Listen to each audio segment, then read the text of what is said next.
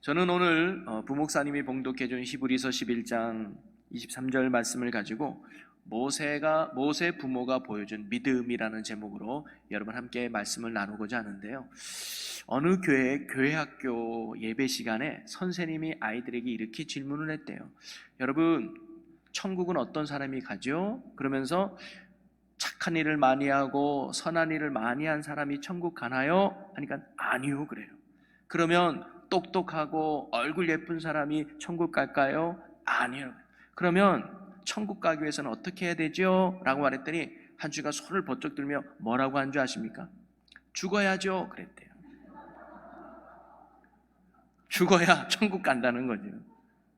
물론 웃자고 한 얘기일지 모르지만 저는 이것이 참 맞는 말이라고 생각이 들어요. 왜냐? 천국은 정말 죽은 자만이 갈 수 있어요. 근데 이 죽음은 육신의 죽음을 말하는 게 아니라 내 자아의 죽음을 이야기하는 겁니다. 즉 참된 믿음은 뭐냐면 나는 죽고 내 안에 예수로 사는 자가 믿음으로 사는 자요, 그런 사람이 천국 들어간다는 거죠. 여러분, 요한복음 1장 12절에 보면 영접하는 자 곧 그 이름을 믿는 자들에게는 하나님의 자녀가 되는 권세를 주셨으니 라고 나옵니다. 여기에는 예수님을 믿는 것과 동일한 표현이 뭐냐면 예수님을 영접하는 거라고 나와요. 즉 예수님을 영접하는 자가 예수님을 믿는 자래요. 그리고 예수가 믿는 자가 천국에 들어가고 하나님의 자녀가 된다는 거예요. 그러면 예수님을 영접한다는 게 뭘까요?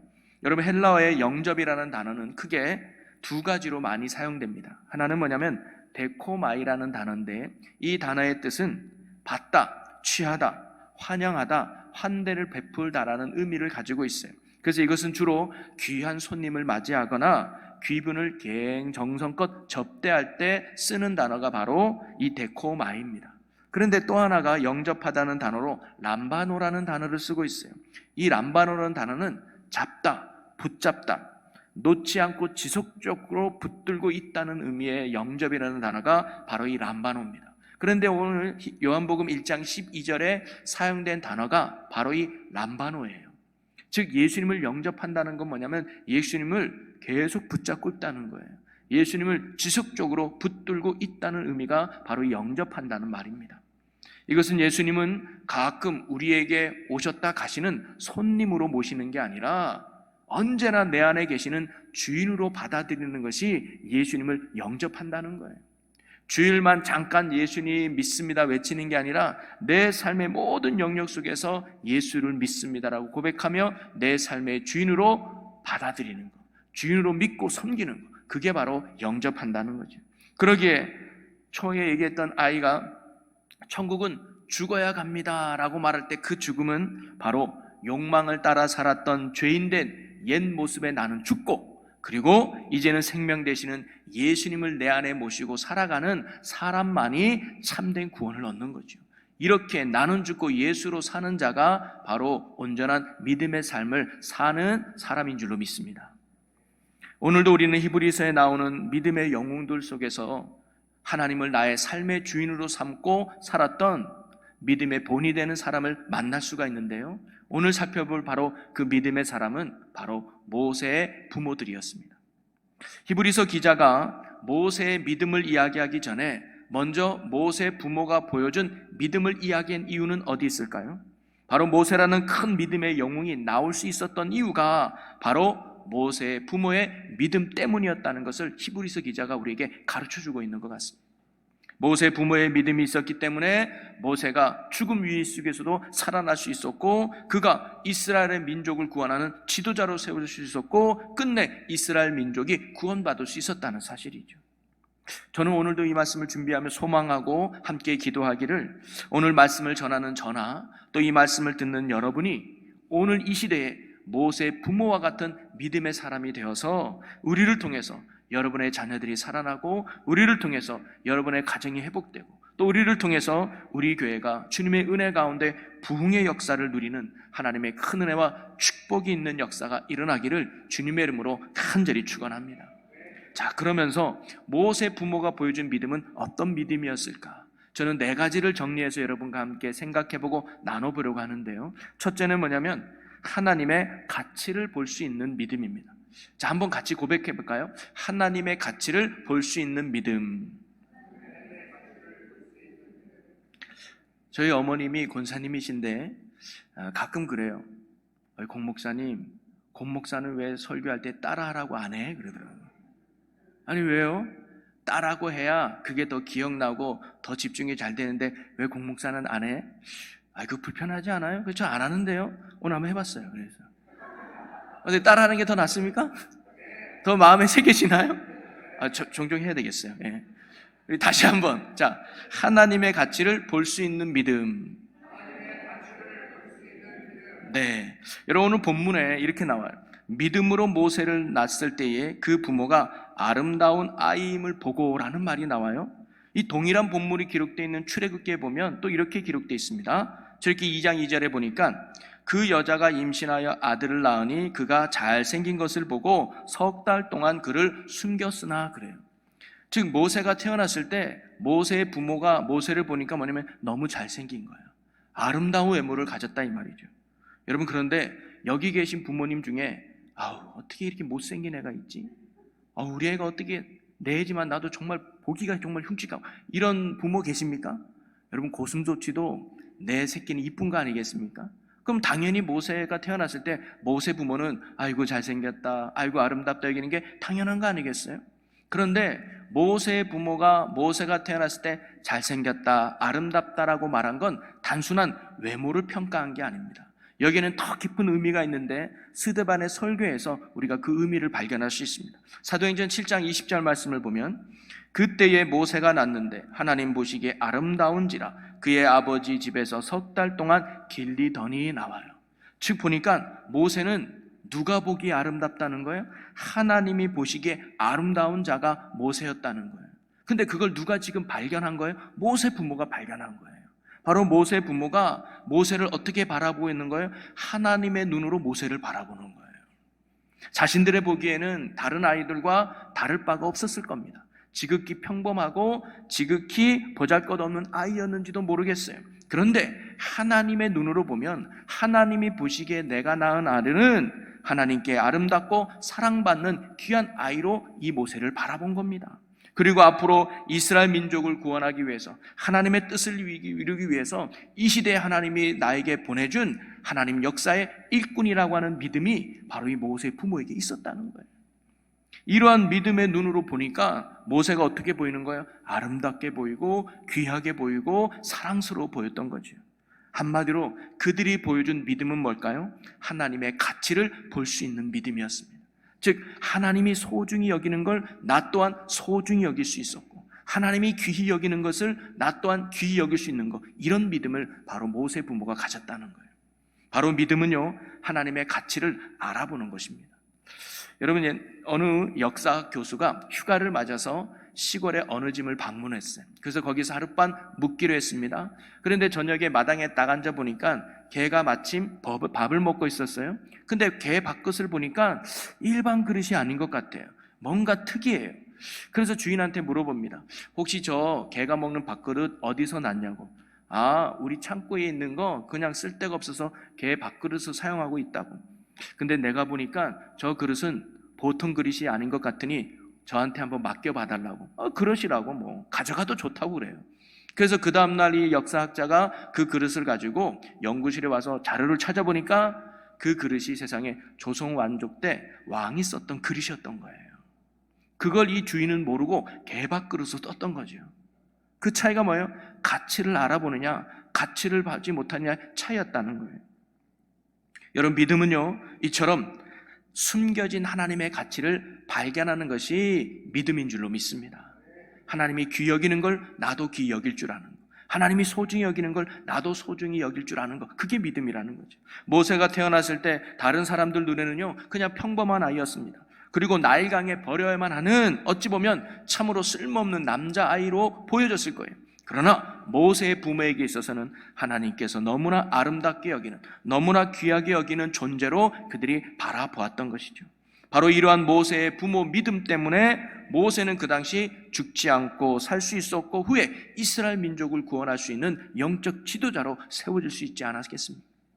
여러분 우리도 모세의 부모와 같이 하나님의 가치를 볼 수 있는 믿음의 눈이 우리에게 있기를 주님의 이름으로 간절히 소망합니다.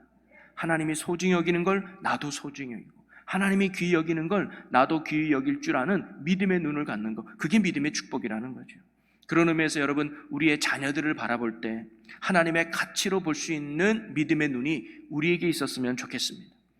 지극히 평범하고 혹은 다른 아이에 비해서 좀 부족하다 할지라도 하나님 앞에서 이 시대의 하나님의 복음과 구원 역사를 위해 사용할 믿음의 일꾼으로 될 것이라고 하는 믿음의 기대감을 가지고 믿음의 눈으로, 믿음의 손으로 자녀들을 대하고 키울 수 있는 믿음의 부모가 우리가 되었으면 너무 좋겠습니다.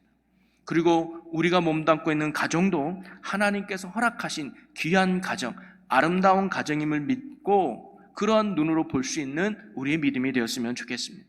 남편을 바라볼 때도, 아내를 바라볼 때도 하나님이 내게 허락한 귀한 영혼임을 믿고 서로를 위해 또 서로를 통해서 역사하실 하나님을 기대하며 믿음의 눈을 갖고 살아갈 수 있는 게 저와 여러분이 되었으면 좋겠습니다. 그리고 우리 교회를 바라볼 때도 하나님께서 허락하신 아름답고 귀한 교회임을 볼 수 있는 믿음의 눈이 우리에게 있기를 바랍니다. 다른 교회에 비교했을 때 참으로 부족함도 있고 연약함도 있을 수가 있겠죠. 담임 목사님을 바라볼 때, 장로님을 바라볼 때, 권사님이나 속회를 바라볼 때 왜 우리 교회는 이렇게 연약할까라고 혹 생각 들지도 모르겠습니다. 그래도 이 교회를 예수 그리스도의 핏값으로 사신 생명의 교회이며 하나님이 지금도 사랑하고 아름답게 여기는 교회임을 믿으시고 우리가 그렇게 소중하며 귀하게 여기는 마음을 가지고 신앙생활할 수 있는 저와 여러분이 되었으면 좋겠습니다. 그러면 우리가 그 믿음대로, 우리가 그 소망대로 살아간다면 하나님께서 반드시 우리의 자녀들을, 또 우리의 가정을, 우리의 교회를 그렇게 세워가시고 이끌어 가실 줄로 믿습니다. 두 번째로 이 모세 부모가 보여준 믿음은 뭐냐면 하나님을 두려워하는 믿음이었어요. 따라봅시다. 하나님을 두려워하는 믿음. 네, 다시 오늘 본문을 보면 믿음으로 모세가 났을 때에 그 부모가 아름다운 아이임을 보고 석 달 동안 숨겨두었다고 해요. 왜 아이를 석 달 동안 숨겨두었을까? 물론 어느 정도 교회를 다니면 그 이유를 다 알 수 있겠지만 우리가 그 이유를 알려면 당시의 시대의 상황을 좀 이해할 필요가 있겠죠. 지난주에 살펴보았던 요셉이 총리가 되었을 때 가나안 땅에 살고 있는 아버지와 온 가족들을 애굽으로 이주해서 오죠. 그래서 고센 땅에서 머물게 지내게 됩니다. 그래서 오랜 시간이 흘러서 점점점 히브리 민족도 많아지게 되죠. 그러다가 출애굽기 1장에 보니까 요셉을 알지 못하는 왕이 등장하게 됩니다. 요셉이 얼마나 애굽의 발전과 부흥에 도움이 됐습니까? 근데 그것을 전혀 모르는 왕이 등장하게 돼요. 그리고 히브리 민족을 보니까 숫자가 너무 많아요. 그래서 어떤 걱정이 되느냐? 이 히브리 민족은 애굽의 이방인이거든요. 그래서 만약에 적군이 쳐들어오면 이 히브리 사람들과 짝짝꿍이 돼서 연합을 해버리면 애굽에게 큰 위협거리가 되겠다라고 하는 걱정이 든 거예요. 그래서 그때부터 히브리 민족을 억압하기 시작합니다. 그리고 인구 억제 정책을 펴기 시작해요. 왜냐하면 그 당시 남자가 무기 아니었습니까? 그래서 남자만 없으면 된다고 생각해요. 그래서 첫째는 아주 힘든 고역을 시키죠. 그래서 힘들면 애를 안 낳을 줄 알았습니다. 그런데 오히려 힘들어도 애를 잘 낳는 거예요. 그래서 두 번째 방법은 안 되겠다. 간접적으로 살인해요. 그래서 두 산파를 통해서 남자아이가 나면 죽이고 여자아이면 살려두라고 해요. 간접적으로 살인을 저지르는 거죠. 그런데 이 두 산파가 이 남자아이가 태어나도 살려줍니다. 하나님을 두려워하는 마음이에요. 이것도 실패했어요. 그리고 세 번째로 이제는 뭐냐면 직접적으로 살인을 해요. 남자아이가 태어나면 나일강에 벌어라 라고 엄포해버립니다. 노예 엮인 히브리 민족이라 어쩔 수 없이 그 명령을 따를 수밖에 없었던 거죠. 바로 이런 시기에 모세가 태어났는데 바로 버리지 않고 모세 부부는 석 달 동안 이 아이를 숨겨두는 거예요. 만약에 그러다가 걸리면 큰일 나거든요. 그런데도 위험을 무릅쓰고 석 달 동안 숨겨두었던 이유가 무엇일까? 그게 23절에 나와요. 23절에 이렇게 말합니다. 왕의 명령을 무서워하지 아니하였으며 라고 나오죠.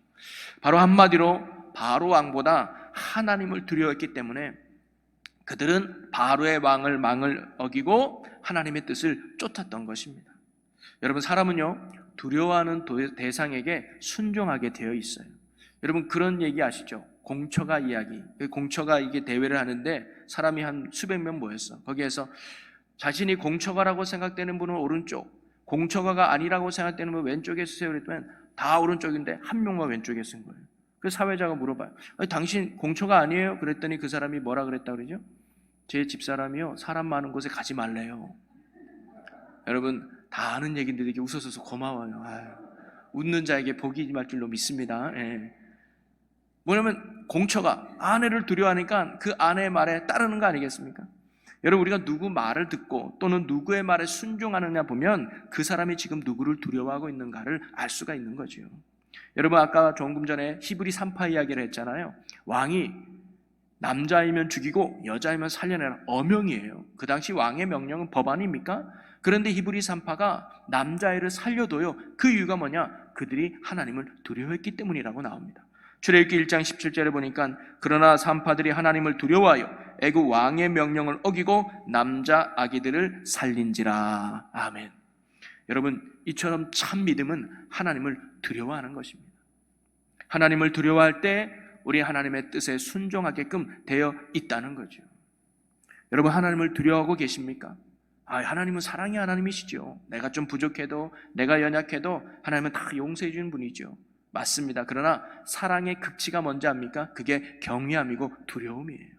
여러분 마태복음 10장 28절에 이렇게 말씀이 있습니다.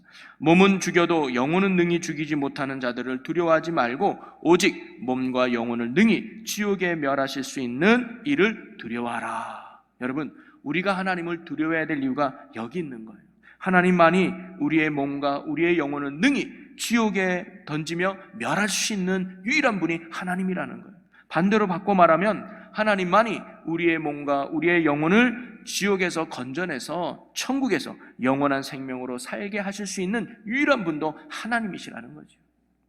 오늘 저와 여러분이 모세의 부모와 같이 세상에 겁내고 세상을 두려워하는 것이 아니라 우리를 멸하기도 하시고 또 우리를 살리기도 하시는 유일한 심판자와 구원자가 되시는 하나님만을 참 두려워하며 또한 하나님만을 사랑하며 살아갈 수 있는 믿음의 삶이 우리 모두의 삶이 되시기를 주님의 이름으로 간절히 축원합니다.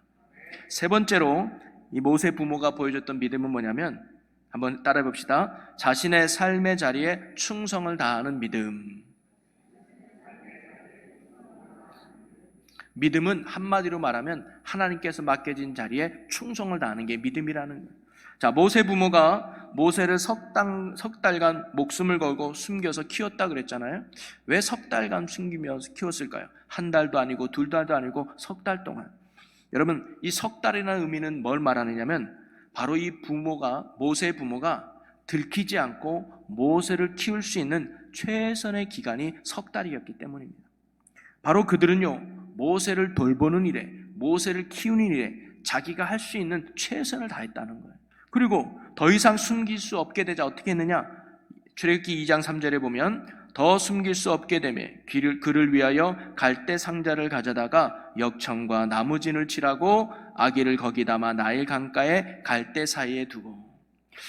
모세 부모는요 더 이상 모세를 숨길 수가 없어요. 이제 울음소리도 커지고 점점 등치가 커지니까 들키게 뻔해. 그래서 더 이상 숨길 수 없게 되자 이제 그 아이를 나일강에 보내야만 했습니다. 그런데 보낼 때 아무렇게나 보내지 않았다는, 갈대 상자를 만들고 거기에다 역청을 만들고 거기에다 나무진까지, 즉 방수 처리까지 한 거예요. 이것은 뭘 의미할까요? 모세를 위해서 할 수 있는 부모로서의 최선을 다한 거예요. 석 달 숨기는 것도 최선을 다했고 나일강에 보낼 때도 그냥 대충 보내지 않고 자기가 할 수 있는 최선을 다하여 모세가 잘 지낼 수 있도록 도와줬다는 거죠. 여러분 이처럼 믿음은요 내게 주어진 삶의 자리에서 내가 감당할 일에 최선을 다하는 것이 믿음이라는 겁니다. 왜냐하면 그 삶의 자리가 하나님이 내게 주신 삶의 자리고 그리고 삶의 일이 하나님이 내게 주신 사명이기 때문이죠. 여러분 요셉도 보면요 노예로 팔려갔을 때 그는 노예 신분이었지만 노예로서 최선을 다합니다. 그래서 보디발에게 인정받지 않습니까? 또 감옥에 갇혔을 때도 죄수로서 최선을 다해요. 그래서 간수에게도 인정받지 않습니까? 다윗이 도망자 신세가 되었을 때 자신을 따르는 400명이 옵니다. 혼자 도망치기도 버거운 시기에 400명을 인솔한다는 거 쉽지 않죠? 그래도 그 삶의 자리에도 자기의 맡겨진 사명을 정말 성실히 감당했던 게 다윗이었습니다. 그 믿음이 하나님의 영광을 드러내는 축복의 계기가 됐던 거죠. 여러분 우리가 하나님을 믿기 때문에 아무것도 안 하는 것이 아니라 오히려 하나님을 믿기 때문에 모든 일에 열심을 다해야 될 줄로 믿습니다. 그래서 스펄전 목사님이 이런 말을 했어요. 제가 참 좋아하는 말인데, 나는 기도할 때는 모든 것이 하나님께 달려있다는 마음으로 기도한다. 그러나 내가 일할 때는 모든 것이 내게 달려있다는 마음으로 일을 한다. 결과는 하나님의 몫이고 열심히 해야 되는 건 내 몫이라는 거죠. 여러분, 다윗이 골리앗을 죽일 때도 대충 죽이지 않았습니다. 하나님이 이기실 것인데. 다윗은 그런 믿음이 있었잖아요. 내가 이기는 게 아니야, 하나님이 승리케 하실 거야, 하나님이 이기게 해주실 거야, 그런 믿음을 가졌어요. 근데 그 믿음만 가졌느냐? 아니었습니다. 그 믿음 가지고 다윗이 빈둥빈둥 놀았냐? 그렇지 않습니다. 그는 개울가에 가서 매끈한 돌 5개를 주었다 그래요. 왜 매끈한 돌을 주었을까요? 대충 주어도 되지. 왜? 하나님이 역사하실 건데. 아무 돌이면 어때? 하나님이 이기게 하실 텐데. 아니에요. 내가 할 수 있는 최선이에요. 내가 할 수 있는 열심이에요.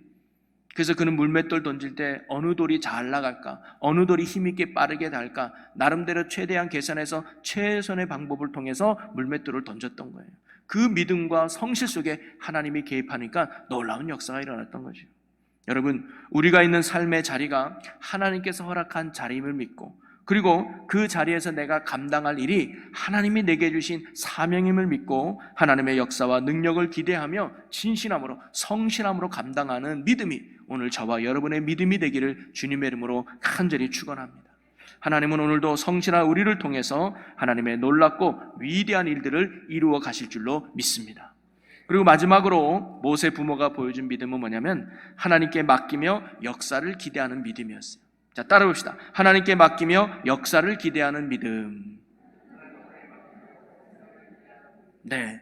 자, 모세 부모가 갈대 상자를 만들고 그 안에다 모세를 넣어놓고 그 다음에 나일강에 떠보내고 난 후에 성경은 그 다음에 이렇게 기록하고 있어요. 출애굽기 2장 4절에 보니까 그의 누이가 어떻게 되는지를 알려고 멀리 섰더니, 지금 모세의 부모와 누이가 모세를 위해서 할 수 있는 것은 있을까요? 아니요. 이제 아무것도 없어요.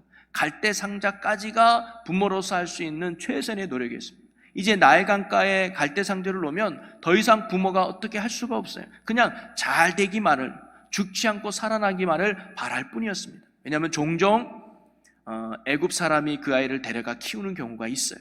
그래서 살아날 때도 있고, 아니면 그 갈대 상자가 물에 가라앉아서 아이가 종종 죽는 경우도 있습니다. 그래서 그냥 잘 되기만을 바랄 뿐인 게 부모의 어떻게 보면 한계였단 말이죠. 그런데 성경에는 모세의 누이가 갈대 상자가 어떻게 되는지를 보려고 따라갔다는 거예요.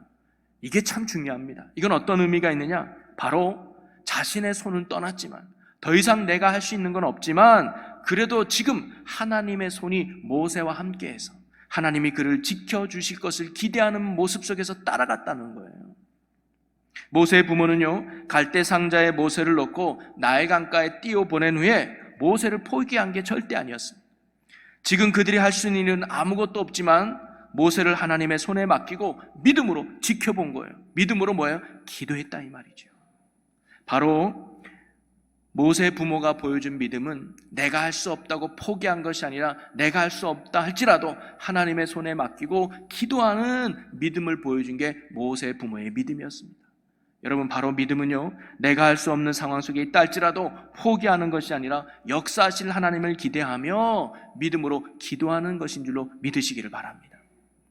여러분, 우리가 자녀를 키우지만, 저도 키우지만 자녀들이 나이가 먹으면 먹을수록 부모들이 자녀들을 해줄 수 있는 것들이 점점 작아지더라고요.